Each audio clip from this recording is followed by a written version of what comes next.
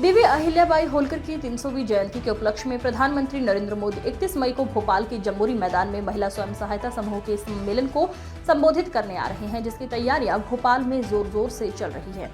Jamboree मैदान में बड़े बड़े वाटरप्रूफ डोम तैयार किए जा रहे हैं, जिसमें लगभग 2.5 लाख लोगों के बैठने की व्यवस्था रहेगी।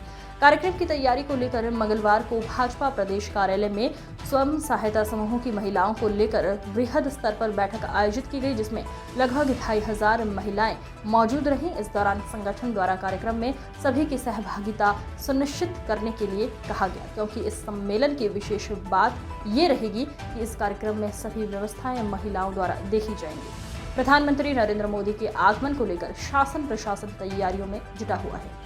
वहीं मुख्यमंत्री डॉक्टर मोहन यादव भी सभी व्यवस्थाओं पर नजर बनाए रखे हैं। भोपाल भाजपा जिलाध्यक्ष रविंद्र यति ने बताया कि इस सम्मेलन में जिला भाजपा भोपाल से लगभग 25,000 महिलाएं मौजूद रहेंगी। साथ ही इनमें से 2,500 महिलाएं कार्यक्रम की व्यवस्था भी संभालेंगी।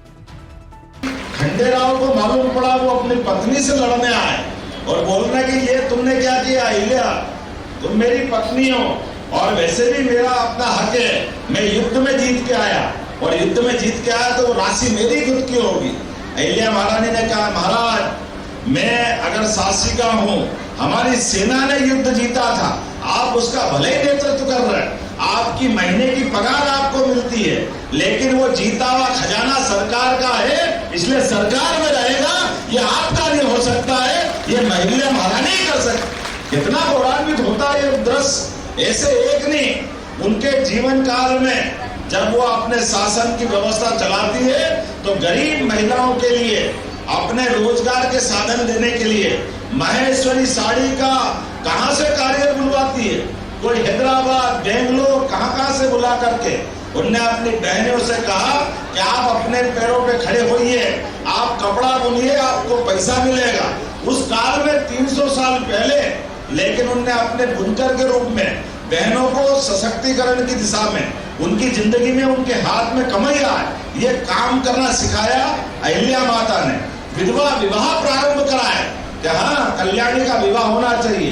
कोई बेटी अपने सुहाग को छोड़ने के बाद लंबी जिंदगी कैसी काटेगी, ये विवाह का विचार भी उनके शासनकाल में, और वो भी उस शासनकाल में जब जबरदस्ती से बहन बेटी के सुहाग अगर चले गए तो सतीकरण बनाते थे, जान करते वो इतनी खराब प्रथा थी। लेकिन अहिल्या माता ने अपने उस काल में भी इससे भी मुक्ति दिलाने का काम किया। और सबसे बढ़कर उनकी कानून व्यवस्था के आधार पर महेश्वर के आने जाने के रास्ते के ऊपर डाकुओं ने कब्जा कर लिया, लोग परेशान थे, तो अहिल्या माता ने निर्णय किया कि वो अपने सारे प्रबंधन करने के बाद भी कंट्रोल नहीं हो रहा सिस्टम, तो उन्होंने कहा कि इस समस्या से जो निदान करेगा वो वीर होगा और मेरी बेटी का विवाह उससे करूंगा।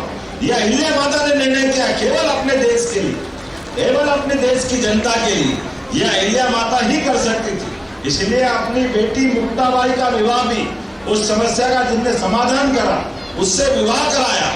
जातिगत भेदभाव को भूल करके हर समाज की पलटन होना चाहिए, हर एक व्यक्ति को देश के साथ जुड़ना चाहिए, इसलिए भील समाज की भी पलटन बनाने का काम अहिल्या माता ने किया। मैं इतनी सारी बातें बता सकता हूँ कि जितनी बातों के लिए हम सबके लिए और उनकी श्रद्धा बढ़ती जाएगी। जैसे माननीय महेंद्र सिंह जी ने कहा, माननीय बीडी जी ने कहा, माननीय हिताजी जी ने कहा, चाहे हमारे पूरे देश के सभी देवस्थान के सारे मंदिर बनवाना, धर्मशालाएं बनवाना, घाट बनवाना, अन्न क्षेत्र खुलवाना, ये तो उन्होंने किया ही, लेकिन अपने देश के सारे क्षेत्र के अंदर अगर सूखा खेती करता है कोई, तो कुएं बनाने के लिए सरकार से पैसा देने का काम उन्होंने किया। ऐसे बहुत सारे काम किए। लेकिन आज के इस दौर में जब अहिल्या माता ने अपने धर्म की रक्षा के लिए शासन जिस प्रकार से चलाया है, उनकी 300वीं जयंती है और उस जयंती को पूरा वर्ष पूरे देश में मनाने के लिए माननीय प्रधानमंत्री जी ने निर्णय किया। जोरदार अभिनंदन करें यशस्वी प्रधानमंत्री का। मध्य प्रदेश की बेटी को इतना बड़ा सम्मान देकर के उनके जीवन के इन पक्षों को पूरे देश के सामने, दुनिया के सामने लाने का उन्होंने जब संकल्प किया, तो ऐसे में अपनी बेटी, अपनी एक तरह से मां स्वरूपा अहिल्या माता के लिए ये नारी शक्तियों का बड़ा कार्यक्रम होना चाहिए कि नहीं होना चाहिए? आप बता होना चाहिए कि नहीं होना चाहिए? इधर बता होना चाहिए कि नहीं होना चाहिए? तो उस दिन हम सबको सवेरे जल्दी निकलना पड़ेगा और 9 बजे के पहले पहले अपने जमुरी मैदान पहुंचना है। महिलाओं को सम्मान देने का काम, नारी का सम्मान भारत में। हम विचार करें कि शिक्षा के नाते से अगर विचार करते हैं तो अहिल्याबाई ने शिक्षा को लेकर भाषा सूत्र दिया था। उस समय उन्होंने हिंदी, संस्कृत और मराठी का दिया था। हमारी सरकार भी नई शिक्षा नीति के आधार पर मोदी जी की सरकार ने हिंदी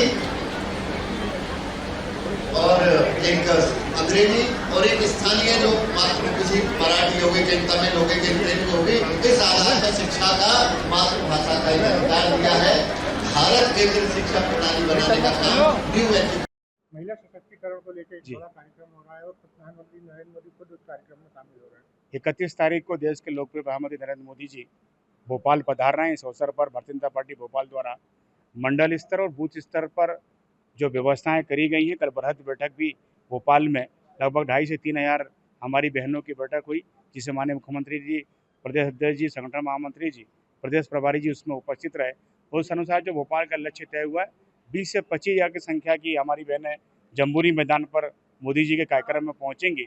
यानी कि मंडल स्तर पर, बूथ स्तर से भी भोपाल के जो 1600 बूथ हैं, प्रत्येक बूथ से हमारी महिलाएं, हमारी बहनें जम्बूरी मैदान पहुंचेंगी। सर, इस बार महिलाओं को ज़्यादा जिम्मेदारी दी गई है। महिला, हाँ जी बिल्कुल, महिला सशक्तिकरण का जो विषय है उसके लेकर मोदी जी आ रहे हैं देवी अहिल्याबाई के 300वीं जयंती के अवसर पर। इसीलिए चाहे ट्रैफिक व्यवस्था हो, भोजन व्यवस्था हो, जल व्यवस्था हो, स्वच्छता व्यवस्था हो, मंच व्यवस्था हो, सुरक्षा व्यवस्था हो, सारी की सारी व्यवस्थाएं हमारी बहनें ही पार्टी की तरफ से भी, सरकार की तरफ से संभालेंगी, ये तय हुआ है। कितनी महिलाओं का हमारे भोपाल से लगभग 20 से 25,000 महिलाएं जाएंगी और इस व्यवस्था में 2,500 के लगभग हमारी बहनें इस व्यवस्था में कार्य संभालेंगी।